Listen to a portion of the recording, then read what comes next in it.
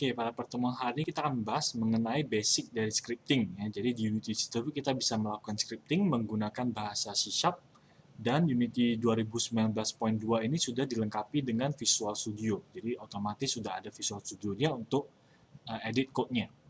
Oke. Nah, untuk tutorial hari ini kita akan bahas mengenai movement dulu gitu ya. Jadi movement yang paling simple bagaimana kita bisa menggerakkan karakter tersebut gitu ya. Jadi cara pertama adalah kita akan buat dulu script-nya. Ya, di bagian aset kita tentukan dulu letak dari scriptnya, kita tinggal klik kanan, pilih create, pilih C# script. Oke, kita memberikan nama movement. Di sini saya memberikan namanya sesuai dengan nama kelas ya, jadi biasa huruf depannya huruf besar. Ya, karena bentuknya di sini akan ada jadi sebuah kelas gitu ya. Setelah itu dibuka, saya akan double klik.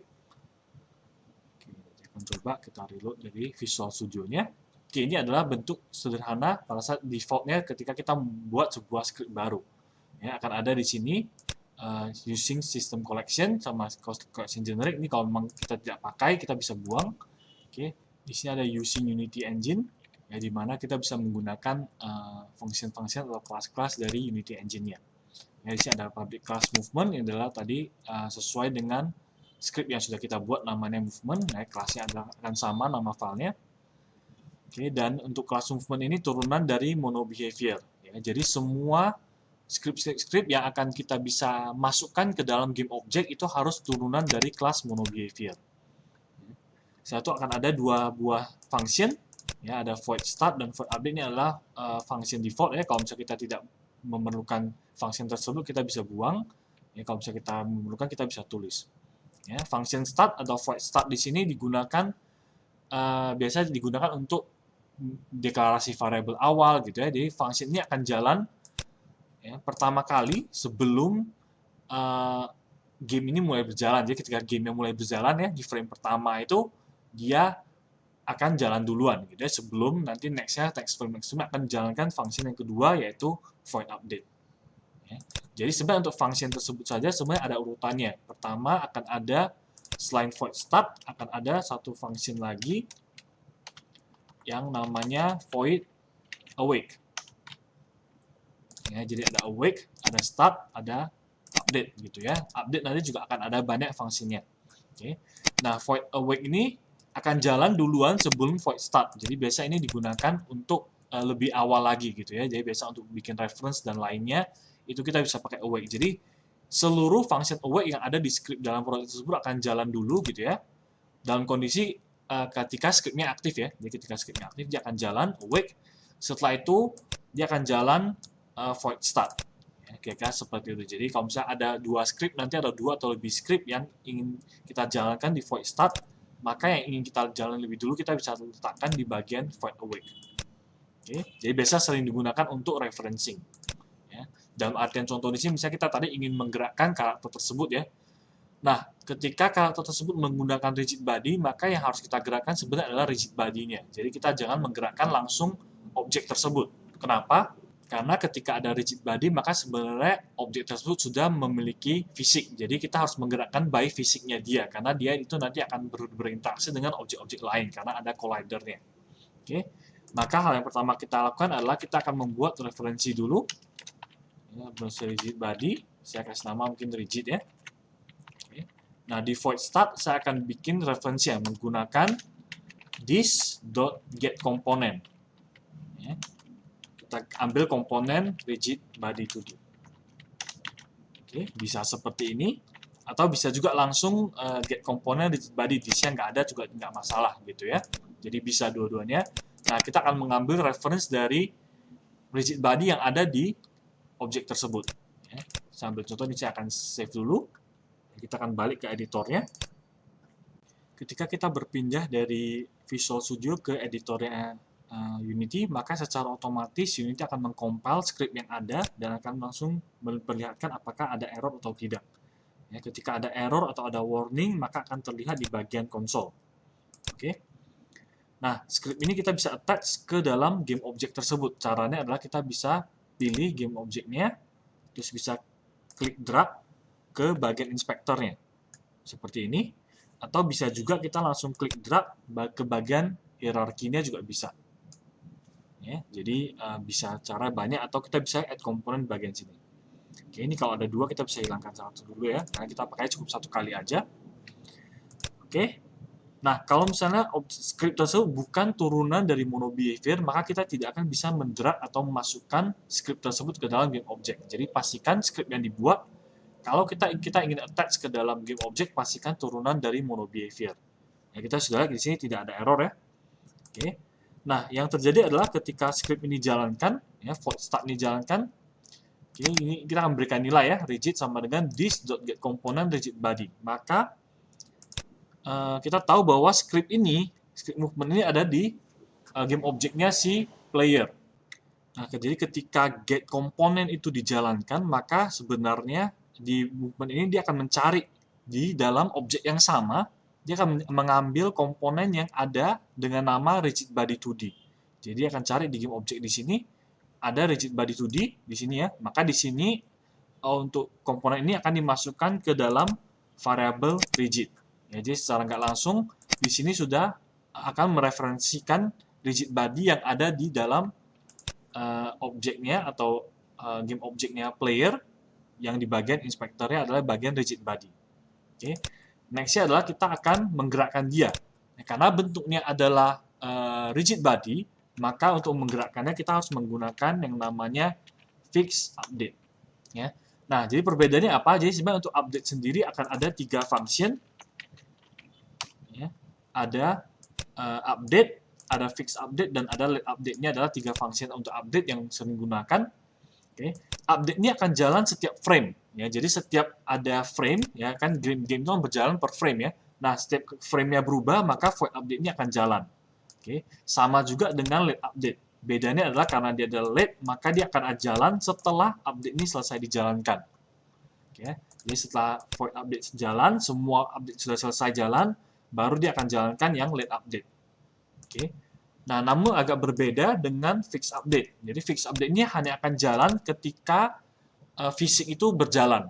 Ya, jadi dalam game tersebut, walaupun misalnya contohnya gamenya adalah 60 fps, artinya akan ada 60 frame per second, tetapi untuk fisik itu tidak akan jalan sebanyak itu, karena ya perhitungan fisik kita sebisa mungkin kita minimalkan biar ya tidak terlalu berat gitu ya. Artinya ada nama function namanya fix update. Jadi hanya update yang akan jalan ketika pada saat kondisi gamenya itu fisiknya itu harus diupdate, dia baru akan jalan fix update. Untuk kita bisa melihat berapa kali fix update ini akan dijalankan, kita bisa lihat ke bagian editor, di bagian edit, ada project setting, ada di bagian time. Jadi sini ada tulisannya adalah fix time set, artinya 0,02. Ya, jadi setiap 0,02 dia akan jalan, berarti sekitar 50. Ya, 50 kali dalam 1 detik. Ya, jadi ini kita bisa setting, kalau misalnya memang kita ingin lebih banyak, ya kita bisa kecilin. Ya, kalau kita ingin lebih sedikit, kita bisa tambahkan besarannya. Oke. Nah, setelah itu untuk mengubahnya kita bisa tulis rigid.velocity. Ya, untuk velocity adalah kecepatannya berapa. Kita bisa pilih new, misalnya new-nya di sini vektor 2 ya. Dia untuk x sama y-nya, untuk velocity x dan velocity y-nya. Ya, seberapa cepat dia bergerak terhadap sumbu x dan sumbu y. Ya. Misalnya kita ambil contoh, misalnya ini adalah 0, ini 0. Ya, artinya velocity-nya 0 ya, tidak bergerak sama sekali. Nah, kita bisa coba lihat di bagian sini. Ya, pastikan dia nanti akan compile. Ya, pastikan tidak ada error. Kita bisa play. Oke. Nah, kita akan lihat bahwa yang berbeda adalah sekarang karakternya tetap jatuh ke bawah, tapi lebih pelan dibandingkan sebelumnya. Jadi misalnya contohnya ini saya komen ya, artinya kita tidak coba jalankan. Ya, kita bisa coba jalankan, maka harusnya dia akan turunnya lebih cepat. Oke, dia akan turunnya lebih cepat. Nah, dengan adanya script ini, dia jadi lebih pelan.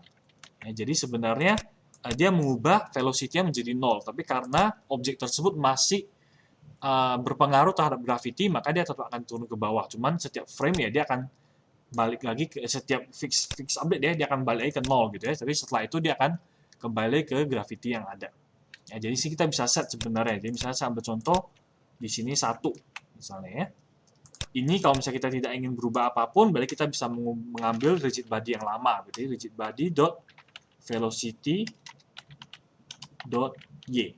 Kita ambil sumbu y ini. Jadi kita nggak ubah sama sekali untuk nilai dari velocity y-nya. Ya, kalau mungkin mau lebih pelan, kita bisa kecilin misalnya 0,5 gitu ya untuk gravity scale-nya. Oke, nanti akan terlihat bahwa kak tersebut akan jalan ke sebelah kanan gitu ya. Kenapa? Karena ya velocity-nya adalah 1 di sini. Oke. Nah, jadi mungkin kita bisa mengubah nih, kita ingin mengubah misalnya, saya pengen ketika karakter ini jalan gitu ya, dia menekan tombol D ataupun A, ya dia baru akan bergerak gitu ya. Jadi si angka di sini kita nggak bisa tentuin nih berapa nilai dari velocity-nya.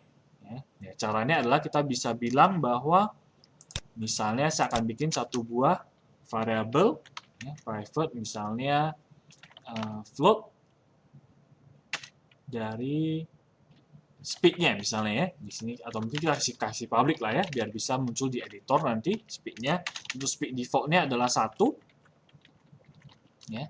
Namun speed ini hanya akan berjalan kalau memang kita lagi menekan suatu tombol gitu ya.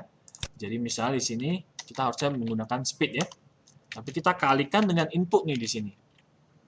Ya. Nah, inputnya kita taruh di bagian update. Kenapa? Karena input tuh harusnya bisa dipilih per frame ya. Jadi di sini saya bisa bilang bahwa float, atau misalnya saya buat variable dulu ya. Kita buat variable dulu, private float. Misalnya di sana horizontal lah ya. Kita kasih nama H. H itu kita bilang adalah menggunakan input dot get axis. Ya, get axis di sini kita bisa masukkan namanya adalah horizontal. Oke. Nah, di sini kita akan bisa lihat input aksisnya kita masukkan dalam H. Di fix update, maka kita akan kalikan si speed ini dengan si H. Ya, jadi kalau misalnya H-nya 1, maka 1 kali speed-nya jadi 1 gitu ya. Kalau misalnya dia min 1, dia akan jadi min 1. Kira-kira seperti itu. Kita bisa coba save. Kita bisa kembali ke editornya. Oke. Nah, pastikan dia sudah compile dengan beres. Dan kalau misalnya kita lihat di bagian player, di bagian script movement, akan muncul satu buah variabel yang namanya speed. Kenapa? Karena di sini kita sebutnya adalah menggunakan public. Ya, jadi untuk variabel-variabel yang sifatnya public, biasanya akan muncul di bagian editornya. Ya, kita bisa setting di sini, misalnya contohnya saya kasih speed standard ya 1. Ya, kita pastikan sudah save, baru kita coba jalankan. Oke, nanti di sini kita bisa coba menekan tombol D, maka dia akan jalan. Menekan tombol A, maka dia akan jalan ke kiri ataupun ke kanan. Ya, jadi kenapa dia bisa sebenarnya A dan D itu bisa langsung jalan? Maka kalau misalnya kita lihat di script-nya, sebenarnya hanya ada input.getAxis horizontal, dia simpan di variabel H. Ya, jadi kalau misalnya kita menekan tombol A, maka nilai di sini adalah min 1. Ya, nilai H-nya min 1, kalau saya tekan D, nilainya adalah plus 1. Jadi ketika min 1 dikali speed 1, maka dia akan jadi min 1, dia akan bergerak ke sebelah kiri. Gitu ya. Nah, untuk melihat di sini, untuk aksis di sini kita bisa lihat di bagian edit, ya, ada di bagian project setting, di bagian input di sini. Ya, di bagian input ada aksesnya, ada size. Ini default dari unitnya ya, ada horizontal, vertikal, fire 1, ini adalah nama-namanya. Jadi ketika misalnya kita tulis get aksesnya tadi adalah horizontal, ini harus sama ya, H-nya huruf besar. Ya. Nah, maka untuk negatif buttonnya bisa menggunakan left atau right atau A dan D. Ya, bisa seperti itu. Ya, jadi di sini ada sensitivity-nya juga gitu ya. Jadi ketika kita mulai menekan tuh dia tidak langsung jadi 0 atau 1 gitu ya. Maka kalau bisa kita lihat di dalam gamenya, saya bisa tutup dulu. Ketika saya menekan tombol kanan, dia akan bergerak kanan. Ketika saya lepas, dia akan seperti sliding sedikit gitu ya. Dia akan mulai lebih pelan sampai dia akhirnya berhenti. Ya, karena kita menggunakan get axis. Ya, kalau misalnya kita mau benar-benar exactly nilainya adalah 0 atau 1 gitu ya, kita bisa menggunakan get axis raw. Ya, di sini kita lihat perbedaannya. Mungkin saya turunin ya. Ini. Oke.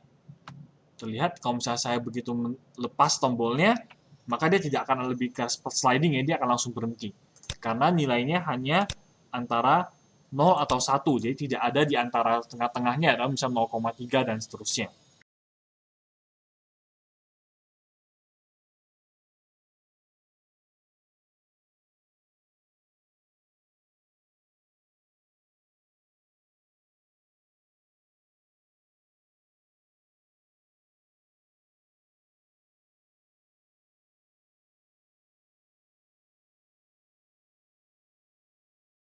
Ini adalah contoh movement script sederhana gitu ya. Ini nanti mungkin bisa dieksplor dengan ditambahkan jump dan lain-lainnya dengan menggunakan input.